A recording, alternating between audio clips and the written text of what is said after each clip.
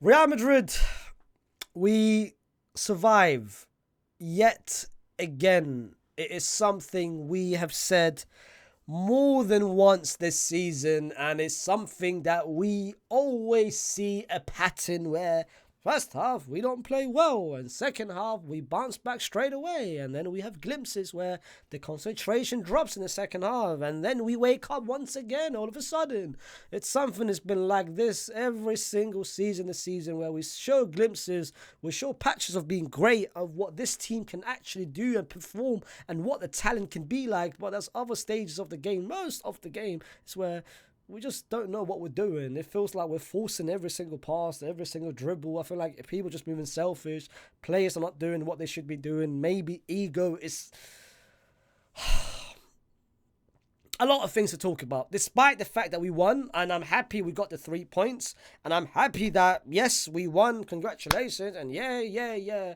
But we need to have a conversation. And I don't care if the scoreline says 3-1, and it might say, I don't want the scoreline to overshadow the actual performance, because the performance that we dropped, we were very fortunate in the first half. We were very fortunate in some stage of the second half. We got saved by Thibaut Courtois, but we'll talk about everything. Before I go any further, don't forget to like, share, subscribe to the channel if you are new to the channel, and comment your own thoughts on whether you agree or disagree with what I'm about to say, because maybe some Madrid fans are going to disagree and say, well, you're a fake fan.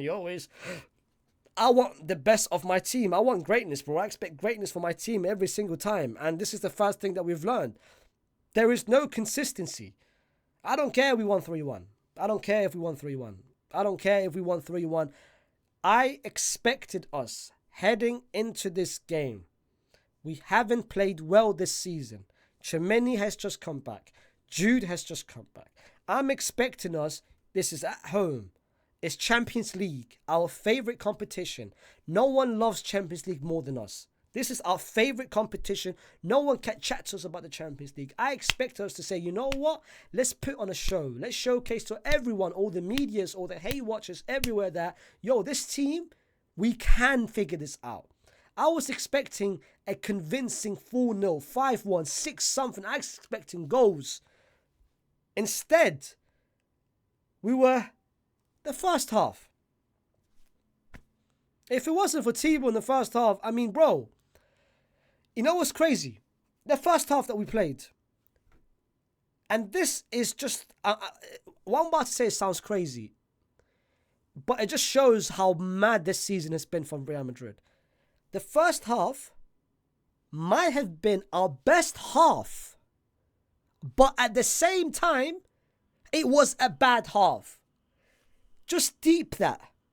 It was our best half because for the first time this season, we finally actually did something in the first half. We had a couple of great 15-minute stretch after 45 minutes. We had a 15-minute stretch where we were killing it. Mbappe was doing something. Rodrigo had 2 chances. Rodrigo was killing the first half. Vinny was doing something in the first half. There was a 15-minute period in the first half where I was like, wow, we can actually do something. And then boom, from the 40-minute to 45, Stuttgart had 2 chances. Second half, then we wake up, boom, straight away Mbappe scores his first goal. And then literally from the 50th minute to the 75th minute, it just went downhill. It just went downhill. They had so many chances. They equalised. They could have even made it 2-1 before we scored the Rudiger goal. But this is my problem. Why is it all the time we are trying to react more than do anything? Why can't we start on the front foot? Do something from the front foot. Why? So this is the first thing we learned. The second thing that we learned is Vinicius Jr. One thing about Vinny, which I want to talk about. Honestly, I'm not happy with his performance today. I know some Madrid fans will be upset with this. I think this is his worst, most disappointing performance that he's played this whole season. I'm not happy with how he played. I'm completely not happy with how he played. I think he forced a lot of passing, a lot of dribbles. I think the guy wants to be on SportsCenter, on ESPN, with his Trivela passes. There were so many times where he made a Trivela pass where he could have made an easier pass and it would have actually worked out if he never made a Trivela pass. He tries too much. So loses the ball. He was defending a couple of times, which I'm happy about, but most of the times he was just doing too much, bro. Just focus on your game. Focus on your game, and the game will come to you. The game will come to you, bro. There's no need to do the extra passing, extra touches, the extra dribbles. Just let the game come to you naturally. And once the game, we've seen it throughout for your career, bro. Once the game comes to you naturally, you are unstoppable. You are the best player in the world. There's no need to take extra touch, stupid touches. There's no need, bro. Just let the game play to yourself, bro. Let the game come to yourself, bro. In my opinion, Fede, that's the third thing that we learned, is that Fede, I know what people are going to say, this might have been Fede's most disappointing performance, but at the same time, we need to understand this guy has played 90 minutes every single week, every single game for Real Madrid and for Uruguay. Last week, he played 2 games in South America with Uruguay. He had to come back, boom, in his first game back after just playing 90 minutes in a complete different continent where the weather is completely different, the climate is completely different. He comes back, Tremendous not there, Camavinga's not there. He's been asked and forced to play as a lone pivot, doing the job of 2 or 3-man midfield, having to defend for his life, play full 90 minutes, and now once again have to play full 90 minutes. Like, today, you could see he was fatigued, he was tired, everything was not going his way, and that's why he dropped a very poor performance. To be fair, it wasn't the worst performance, it was still a poor performance from what I expect from Fede every single, because I expect greatness from Fede. I think he's the best midfielder in the world. I've always said it. I think he is amongst one of the best players in the world, so I expect greatness, and today wasn't greatness, but I'm giving him a pass just because of the fact he's the overload, like excessive amount of games. Like we're putting so much pressure on him to deliver every single game, to defend and play on a high level, and it's too much for him. It's too much for him. The impact of Luka Modric when he came on changed the whole game. The impact of Arda Güler changed the whole game. Endrick, when he came on the last 10 minutes, you could see a sense of energy. You could see he was coming, defending, scoring. The goal that he scored, clutch as well, bro. That's what he got. And this is what my problem. This is the first time since this season Endrick has had more than 10 minutes since he's come on. Why is it last game against Sociedad he only got 3 minutes? Why is it that this game he never came on much earlier? Can we please have an understanding why he can't come on for more than 10 minutes, for more than 15 minutes, for more than 20 minutes? Can he bring him on in 70 minutes, 65 minutes, give him some more game time? Because every time he gets game time, he delivers, he steps up, he scores, he creates, he makes the runs, he does everything, bro. Give him more than 5 or 10 minutes. Chimeni, exceptional. On your return, and you're doing what you're doing, even though you're not healthy, exceptional. I'm applauding you, bro. I'm applauding you. Jude Bellingham, again, on your return, and I know you're not healthy. Don't tell me you're not healthy. Because I know you were rumored to be back end of September. I know you're not healthy. I know you're trying to force yourself to play because you want to help the team for the sake of the team. But I know you're not healthy. I know you're still injured. I know you're not 100%. But you still came and first half did what you did, even though you're at 50%. So I applaud you. Well done on that performance as well. Antonio Rudiger, my second man of the match. I don't care about the goal. The goal is clutch. I know what he can do. I care about the performance that he drops. And if it wasn't for this man, we would have conceded 3 or 4 goals. The last-ditch tackles. Understanding of where things are. He had to play for about 55 minutes. He had to play next to a right back who was literally outplayed in the first half.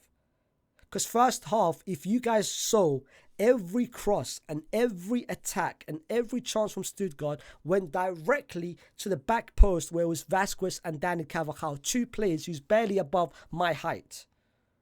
And Stuttgart tried to take advantage of it. So he had to cover for them as well. Well done, bro. But my man of the match, by far, and that's not even a conversation. And it's like I repeat myself before he got the ACL last season. It reminds me of 3 years ago where we won the Champions League and La Liga where Benzema had that incredible season. It reminds me of this season already, of what he's done so far this season. And that is no other than the man himself, the man who always does it. Special, man. Such a special player. And that is Thibaut Courtois, man. Thibaut Courtois. A lot of people said last season after Lund did what he did, they said, you know what?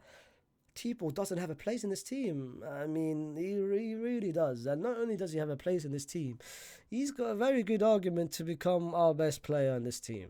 Our best player in this team. Like, bro, if it wasn't for Thibaut, my goodness gracious, what would have happened to Real Madrid this game, fam? What would have happened to Real Madrid this game? But We win 3-1, and I know I should be happy. I should be more relieved. I should smile. I should celebrate. I should shout and say, "Yeah!" I'll scream and start singing and dancing and everything. But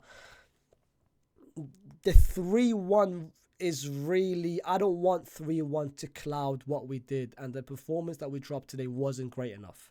It wasn't great enough. It's not what we want for this team moving forward. And I know I want a lot for this team and I expect a lot from this team. I predicted us to win every single trophy this season. And so far, we have 6 games in. I'm not confident that we can win every single trophy because we haven't showcased it. I know we have it. I know once everyone's back, we know what it takes to win it. And I know once everyone has figured it out, but I can't use that same excuse every single week. Once everyone comes back, once we figure it out, that reaches a stage. And trust me, that will reach when Camavinga comes back. Because when Camavinga comes back, and we still play the same way we're playing, struggling, only showing patches and glimpses of being great, and not showing consistency, then we need to have a serious conversation. Because I cannot accept this performance. I cannot accept this performance when everyone's back healthy. Because at the moment, we have a lifeline where we've got injuries like Brahim Diaz, Camavinga, Ceballos, everyone. We've got a lifeline. But once everyone's back healthy in October, we cannot, I repeat, cannot use those excuses and say, oh, once everyone comes back healthy. Because I'm expecting greatness when everyone comes back healthy. But guys, let me know what you guys think about the performance. Shout out, I did a watch along. We had over 1,150 people at one point when Stuttgart scored the first goal, when it scored the equalizer. And everyone jumped in because they tried to hate watch. And then when Madrid scored, the numbers went down and down and down because everyone knew the hate watch wasn't successful. Similar to my hate watch against Girona where I was actually sick. But I'm better now. Let me know if you guys are wanting a hate along for Monaco this Thursday. I might or might not do it. But let me know what you guys think about, of course, the performance that we dropped. Be very honest, because I keep getting messages, people saying, oh, why can't you be happy about the way we play? How can I be happy? How do you expect me to be happy with what we're playing this season? Like, please, put your bias aside. I know you love your team. I know you, bro, you showing support 24/7. It doesn't make you a great Madrid fan. It just makes you a delusional Madrid fan. It just makes you that your love is clouding your actual judgment and what you're watching. Just be honest for once. We have not been great this season. So me saying that, it's not me being a fake man. I'm not being a fake Madrid fan. I've supported this team more than you've been born at. Let's put this for one thing, bro. I've supported this team for a long time. So me saying we've played bad doesn't make me a fake Madrid fan. I'm just trying to be real. I know what this team can do, and I want the best from this team. And that's what I want. So I want you to put down in the comments what you feel about this team, especially about this performance.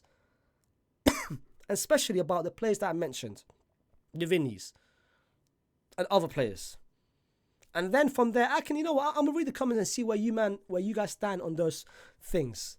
Because if you guys trying to tell me we played great, Vinny had a great performance, man of the match, Madrid should have won 5 or 6-0, justified result, then I know where you stand.